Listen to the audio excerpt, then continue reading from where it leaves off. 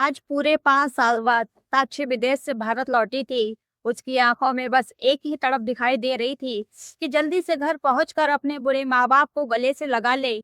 लेकिन घर पहुंचने से पहले जब वह रास्ते में खाना खाने के लिए एक ढाबे पर रुकी तो वहां का नजारा देखकर उसके पैरों तले से जमीन खिसक गई। उसके बुरे माँ-बाप होटल में ग्राहकों के झूठे बर्तन धो रहे थे। आखिर ऐसा क्या हुआ कि जिन माता-पिता का अपना घर और खेती थी, जिनका एक बेटा और बहू है, उन्हें आराम करने के बजाय दूसरे के यहाँ बर्तन धोने पड़ रहे हैं। दोस्तों, ये कहानी है उत्तर प्रदेश के सुल्तानपुर जिले के एक छोटे से गांव में रहने वाले मोहनलाल और उनकी पत्नी शोभना जी की। मोहनलाल जी और उनकी पत्नी शोभना जी अपने छोटे से मकान में रहते थे। मोहनलाल जी मेहनती किसान थे। उनकी आमदनी कभी कम कभी ज्यादा होती थी, लेकिन उनकी ईमानदारी और मेहनत पूरे इलाके में मिसाल मानी जाती थी। गांव में जब भी किसी के यहाँ रिश्तेदार आता तो लोग सबसे पहले उसे यही बताते कि उस घर में रहने वाले बुजुर्ग बेहद सीधे साधे और नेक दिल इंसान हैं। श्यामलाल जी अपनी खेती का काम बहुत लगन से करते थे। वे कभी भी किसी का हाथ नहीं मारते थे और ना ही किसी के सामने हाथ फैलाते थे। उनका उसूल था, मेहनत से जितना मिले इंसान को उसी में खुश रहना चाहिए। वहीं उनकी पत्नी शोभना जी एक मेहनती और संस्कारी महिला थी। उन्होंने कभी भी घर की जिम्मेदारियों से मुंह नहीं मोड़ा। सुबह सूरज निकलने से पहले ही घर की साफ सफाई करना और फिर नहाकर खाना तैयार करके अपने पति के लिए टिफिन बांधना, यही उनकी रोज की दिनचर्या थी। जब फसल की बुआई और कटाई का दिन आता तो शोभना जी अपने घर के सारे काम निपटा कर मोहनलाल जी के साथ खेत पर जाकर उनका हाथ बटाती थी। इसके अलावा शोभना जी अपने आसपास के लोगों के दुख सुख में पूरे मन से शामिल होती थी। पूरा मोहल्ला उन्हें दीदी बोलकर पुकारता था। शोभना जी और मोहनलाल जी के दो बच्चे थे, एक बेटा और एक बेटी। बेटे का नाम राघव था और बेटी का नाम साक्षी था। दोनों दंपति ने बेटा बेटी में कभी फर्क नहीं किया। वे दोनों जितना प्यार बेटे को देते उतना ही प्यार अपनी बेटी को भी देते। अगर बेटे के लिए अच्छे कपड़े आते तो बेटी के लिए भी कपड़े आते। शोभना जी सबसे पहले अपने बच्चों का पेट भरती। अगर उनके लिए खाना कम पड़ जाता तो वह अपने हिस्से का भी खाना उन्हें खिला देती ताकि बच्चों का पेट भर सके और खुद आधा पेट खाकर सो जाती। लेकिन इस बात का जिक्र उन्होंने कभी किसी से नहीं किया। मोहनलाल जी और शोभना जी का घर भले ही छोटा था, लेकिन दोनों के दिल बहुत बड़े थे। जैसे जैसे बच्चे बड़े होते गए, मोहनलाल जी की जिम्मेदारियां भी बढ़ती चली गई। परिवार की हर जरूरत पूरी करने के लिए वे पहले से कहीं ज्यादा मेहनत करने लगे। उनका सपना था कि बच्चे बड़े होकर अपने पैरों पर खड़े हो जाएं। इसीलिए उन्होंने अपनी सारी जमा पूंजी अपने बच्चों पर लगा दी। उन्होंने साक्षी को डॉक्टर की पढ़ाई के लिए विदेश भेज दिया, जबकि राघव ने यहीं रहकर बैंक की क्लर्क की पढ़ाई की। देखते ही देखते अपनी मेहनत और लगन के दम पर राघव एक बैंक में क्लर्क बन गया। वहीं दूसरी तरफ साक्षी ने विदेश में डॉक्टर बनने का सपना साकार कर लिया था। दोनों बच्चों की सफलता देखकर मोहनलाल जी और शोभना जी को बच्चों पर गर्व होता और इस बात की खुशी भी होती कि उनकी बरसों की मेहनत रंग लाई। अब मोहनलाल जी ने अपने खेत को बटाई पर दे दिया और खेती से होने वाली आमदनी का एक हिस्सा उन्हें हर फसल के बाद मिल जाता था। खेती की देखभाल की जिम्मेदारी अब बटाई पर खेती करने वाले किसान की थी। इसलिए मोहनलाल जी घर पर रहकर अपनी पत्नी के साथ आराम से समय बिताते थे। लेकिन साक्षी के विदेश जाने के बाद भी उसके माता पिता को उसकी कमी हमेशा खलती रहती थी। घर का हर कोना उन्हें उसकी याद दिलाता था। कभी उसकी हंसी कानों में गूंजती तो कभी उसके साथ बिताए दिन याद आ जाते। उन्हें आज भी वह दिन याद था जब साक्षी विदेश जाने के लिए घर से विदा हो रही थी। तो दोनों माँ बाप के आंखों में आंसू थे, लेकिन इस बात का सुकून भी था कि बेटी एक दिन तरक्की करके जरूर लौटेगी। दोनों बुजुर्ग माता पिता ने सिर्फ इतना ही बोला था, बेटी तेरे बिना हम लोग बहुत अकेले हो जाएंगे, लेकिन तेरी तरक्की ही हमारी सबसे बड़ी खुशी है। बस समय समय पर फोन करती रहना ताकि हमें तेरी आवाज सुनने को मिलती रहे। तब साक्षी ने भी कहा था, माँ पापा मैं कहीं भी रहूं, लेकिन मेरी सबसे पहली जिम्मेदारी आप ही होंगे। मैं आपका सपना साकार करके जल्द ही लौटूंगी। इतना कहकर साक्षी विदेश के लिए निकल गई थी और माँ बाप पीछे से नम आंखों से उसे जाता हुआ देखते रह गए थे। साक्षी के जाने के बाद घर में सच में एक अजीब सा सन्नाटा फैल चुका था। मोहनलाल जी और शोभना जी ने सोचा कि अब राघव के जीवन की नई शुरुआत कर देनी चाहिए। उन्होंने अपने रिश्तेदारों और जान पहचान के माध्यम से उसके लिए एक सुंदर और सुशील लड़की की तलाश शुरू की। दोनों चाहते थे कि घर में एक संस्कारी और समझदार बहू आए जो इस परिवार को अपना परिवार समझे और साथ लेकर चले। कुछ समय बाद उन्हें सुशील और पढ़ी लिखी लड़की का रिश्ता मिला। दोनों परिवारों की मुलाकात हुई और आपसी सहमति से राघव का रिश्ता तय हो गया। मोहनलाल जी और शोभना जी को लगा कि अब उनके घर में खुशियों की एक नई शुरुआत होने वाली है। शादी हो जाने के बाद बहू शीतल ने घर में कदम रखा तो शोभना जी ने उसका पूरे रीति रिवाजों के साथ स्वागत किया। शुरुआती दिनों में शीतल का व्यवहार भी बहुत अच्छा था। वह अपनी सास को एक काम नहीं करने देती, हर छोटी बड़ी जरूरत का ध्यान रखती और दोनों के हाथ पैर भी दबाती। दोनों बुजुर्ग दंपति को लगने लगा कि हमारे घर बहू नहीं बेटी आई है। शोभना जी पूरे मोहल्ले में अपनी बहू की तारीफ करते नहीं थकती थी, लेकिन ये अपनापन ज्यादा दिनों तक नहीं रहा। जैसे जैसे दिन बीतते गए, बहू का असली स्वभाव धीरे धीरे सामने आने लगा। अब उसके अंदर पहले जैसी मिठास नहीं रही। वह छोटी छोटी बातों पर चिड़चिड़ाने लगी, सास ससुर की बातों को अनदेखा करने लगी और मन ही मन उनके साथ रहना उसे बोझ लगने लगा। उसे लगने लगा कि अगर इस घर और खेती पर केवल उसका और उसके पति का अधिकार हो जाए तो उसकी जिंदगी और भी आराम से गुजर सकती है। अब बहू के बदलते हुए व्यवहार का असर धीरे धीरे राघव पर भी पड़ने लगा। पहले जो बेटा अपने माता पिता की हर छोटी बड़ी जरूरत का ध्यान रखता था, अब वह हर बात में अपनी पत्नी का ही पक्ष लेने लगा। बहू शीतल एक की चार लगाकर राघव के कान भरने लगी और राघव बिना सच्चाई जाने उसकी बातों पर विश्वास करने लगा। वह अपने माता पिता से पहले की तरह प्यार से बात नहीं करता। वह अपने माता पिता के दुख तकलीफों को अनदेखा करने लगा। शोभना जी कई बार बेटे के व्यवहार को देखकर चुपचाप आंसू बहा देती, जबकि मोहनलाल जी मन ही मन सोचते कि जिस बेटे को उन्होंने इतने अच्छे संस्कार दिए, वह बेटा इतनी जल्दी कैसे बदल गया। एक शाम शोभना जी किचन में बर्तन धो रही थी, तभी अचानक शोभना जी के पेट के दाहिने हिस्से और कमर की तरफ तेज दर्द उठने लगा। दर्द इतना असहनीय था कि उनके हाथ से बर्तन छूटकर नीचे गिर गया और उन्होंने अपना पेट पकड़ लिया और वहीं तड़पने लगी। उनके चेहरे पर पसीना छलक आया। बर्तनों के गिरने की आवाज जब मोहनलाल जी के कानों में पड़ी तो वह दौड़कर उनके पास आए और उनको संभालने लगे। जब शोभना जी ने बताया कि उनके पेट के दाहिने हिस्से में दर्द हो रहा है और दर्द नहीं रुक रहा है, तो वे अपनी पत्नी को तुरंत डॉक्टर के पास दिखाने के लिए भागे। जांच के बाद डॉक्टर ने तुरंत अल्ट्रासाउंड कराने की सलाह दी।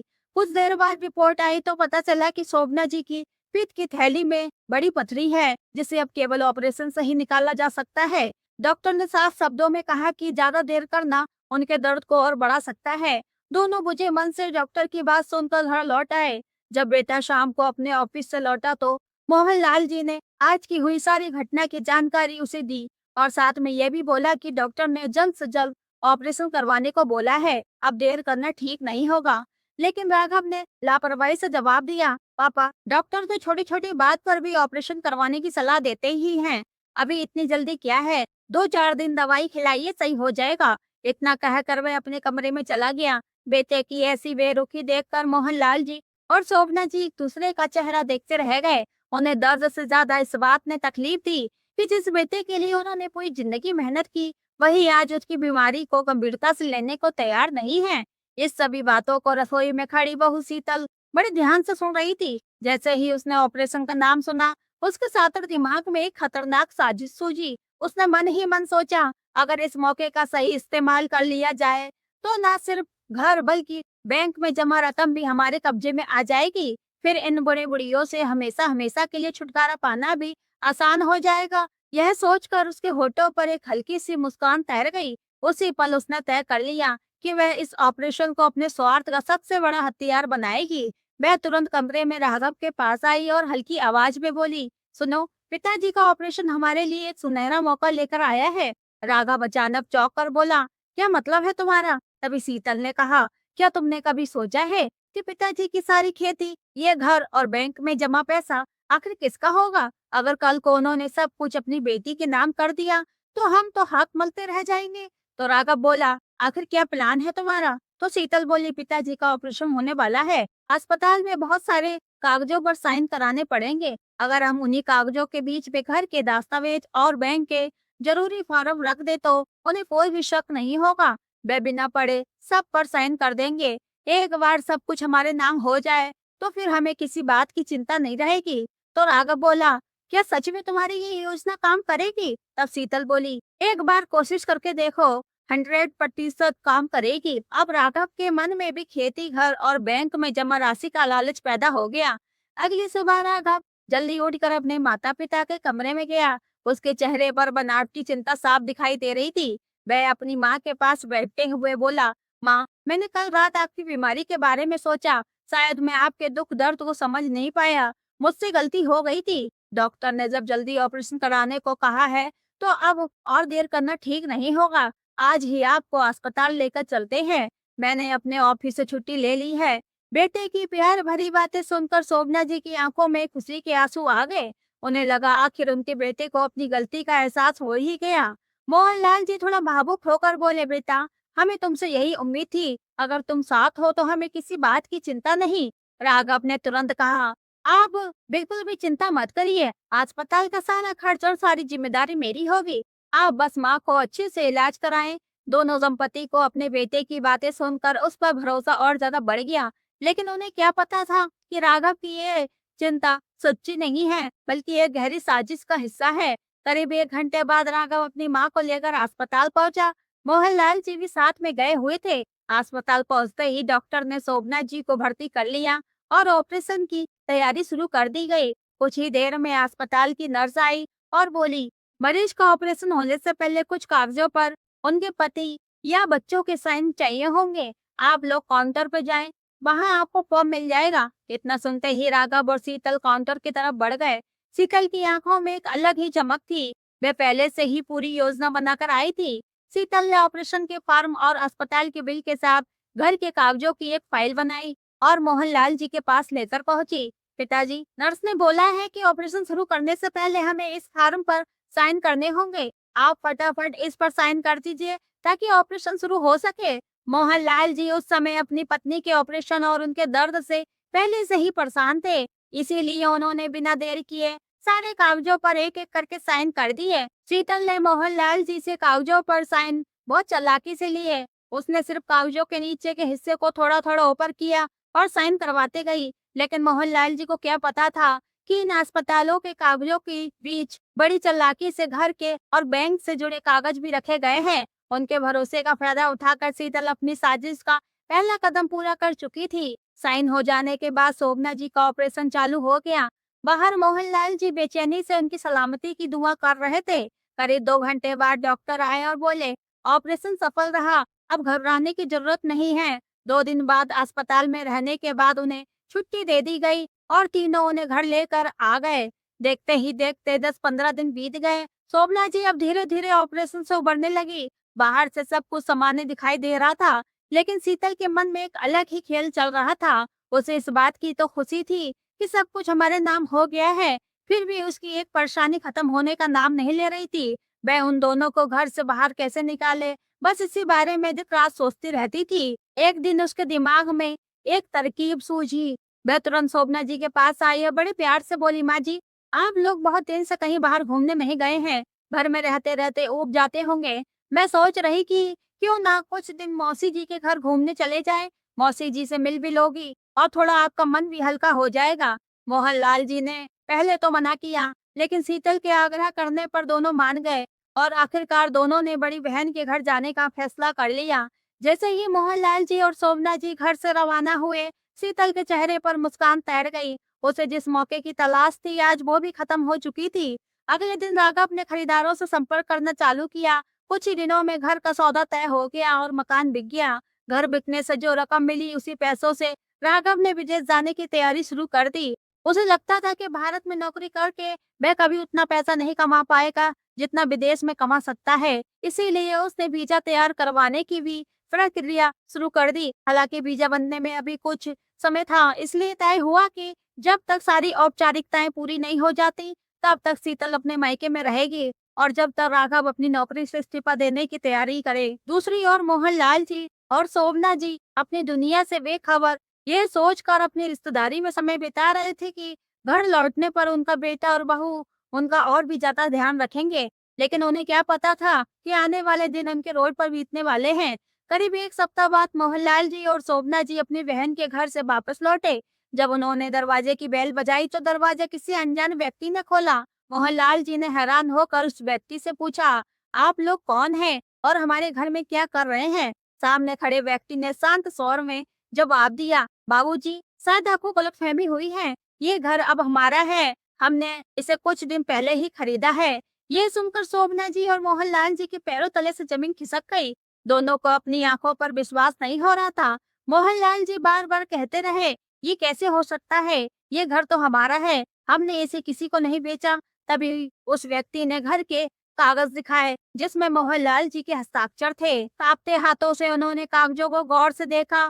कुछ देर तक तो उन्हें कुछ समझ नहीं आया। फिर अचानक अस्पताल का वह दिन उनकी आंखों के सामने घूम गया। उन्हें याद आया कि शोभना जी के ऑपरेशन के समय शीतल उनके पास एक बड़ी सी फाइल लेकर आई थी और उसने बोला था कि ऑपरेशन शुरू होने से पहले आपको इस पर साइन करने होंगे। उस समय पत्नी की चिंता में मैंने बिना पूरी तरह पढ़े केवल नीचे बने निशानों पर साइन कर दिए थे।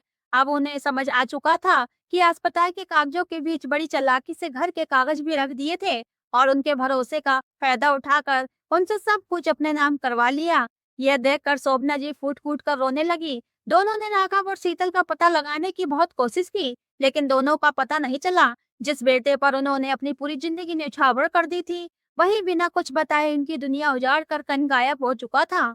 मोहनलाल जी और शोभना जी चाहते तो दोबारा शोभना जी के बहन के घर जा सकते थे, लेकिन आत्मसम्मान ने उन्हें ऐसा नहीं करने दिया। वह दोनों अपनी परेशानी का बोझ किसी और पर नहीं डालना चाहते थे, इसलिए दोनों ने किसी के आगे हाथ फैलाने के बजाय खुद मेहनत करके जीने का फैसला किया।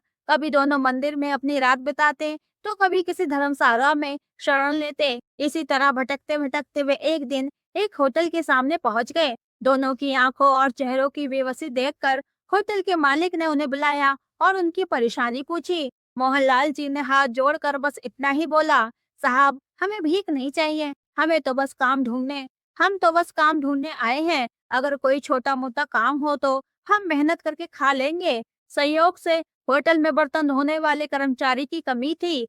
मालिक ने उनकी सादगी और ईमानदारी देखकर उन्हें वही बर्तन धोने के काम पर रख लिया। बुढ़ापे में ये काम दोनों के लिए आसान नहीं था, लेकिन सम्मान के साथ रोटी कमाने के लिए दोनों ने बिना किसी शिकायत के नई जिंदगी शुरू कर दी। उधर पूरे 5 साल बाद साक्षी विदेश से लौटी थी। जब वह उस होटल के पास कुछ खाने के लिए रुकी तो उसकी नजर अपनी बूढ़ी माँ पर पड़ी, जो झुकी हुई कमर के साथ ग्राहकों की झूठी थालियां उठाकर उसे धो रही थी।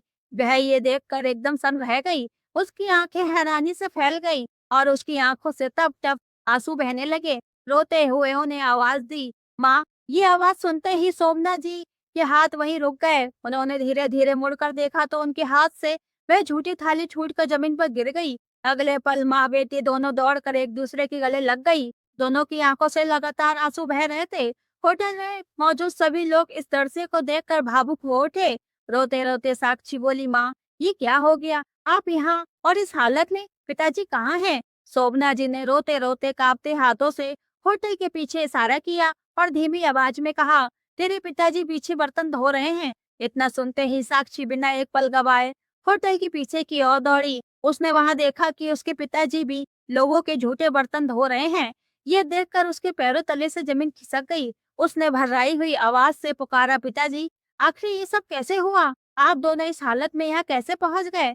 बेटी को सामने देखकर मोहनलाल जी की भी आंखों में आंसू आ गए। कुछ देर तक वह चुप रहे, फिर उन्होंने खुद को संभाला और कांपती आवाज में उन दिनों से लेकर अब तक की सारी घटना साक्षी को बता दी। माता-पिता की आप बीती सुनते ही साक्षी की आंखें गुस्से से लाल हो गई। उसे विश्वास नहीं हो रहा था, जो भाई अपने माँ-बाप से इतना प्यार करता था, वे शादी के बाद ऐसा करेगा। उसी समय उसने तय कर लिया कि अब वह अपने माता-पिता के साथ हुए अन्याय को बिल्कुल नहीं सहने देगी। साक्षी ने उसी दिन पुलिस स्टेशन जाकर राघव और शीतल के खिलाफ धोखाधड़ी और विश्वासघात की शिकायत दर्ज कराई। कुछ ही दिनों में पुलिस ने दोनों को ढूंढ निकाला और गिरफ्तार कर लिया। जांच के दौरान उन दोनों के कई सारे सबूत सामने आए, जिससे उनकी पूरी साजिश उजागर हो गई। पूछताछ के दौरान दोनों के पास अपने बचाव में कहने के लिए कुछ नहीं था। जब दोनों दंपति अपने बेटे बहू के मुकदमे में गए तो बेटे बहू उनसे हाथ जोड़कर माफी मांगने लगे, लेकिन इस बार माता पिता का दिल पत्थर बन चुका था। सोमना जी ने दृढ़ आवाज में कहा, जिस दिन तुमने हम लोगों के साथ विश्वासघात करके हमारा घर बेचा, उसी दिन तुम दोनों ने हमारे बेटा बहू होने का हक भी खो दिया। कानूनी कार्रवाई के बाद राघव को अपने माता पिता को उनकी संपत्ति वापस करनी पड़ी। वह घर दोबारा दोनों दंपति के नाम हो चुका था, लेकिन साक्षी अब अपने माता पिता को यहाँ अकेला नहीं छोड़ना चाहती थी। इसलिए वह घर उसने किराए पर उठा दिया और अपने माता पिता को लेकर विदेश चली गई। विदेश जाकर उसने अपने माँ बाप के लिए एक मैट रख दी, जो उसके माता पिता का पूरा ध्यान रखती। दोस्तों, माता पिता का विश्वास सबसे बड़ी दौलत होता है। जो स्वार्थ के लालच में आकर उस विश्वास को तोड़ देता है, वह अंत में सब कुछ खो देता है। दोस्तों, उम्मीद करती हूँ कि आपको ये कहानी जरूर पसंद आई होगी। अगर कहानी पसंद आई हो तो हमारे चैनल को सब्सक्राइब, वीडियो को लाइक शेयर जरूर करें, ताकि हमें अगली कहानी लाने का हौसला मिले। और ये कहानी आप जिस शहर गांव से देख रहे हैं, उसका नाम हमें जरूर लिख भेजें।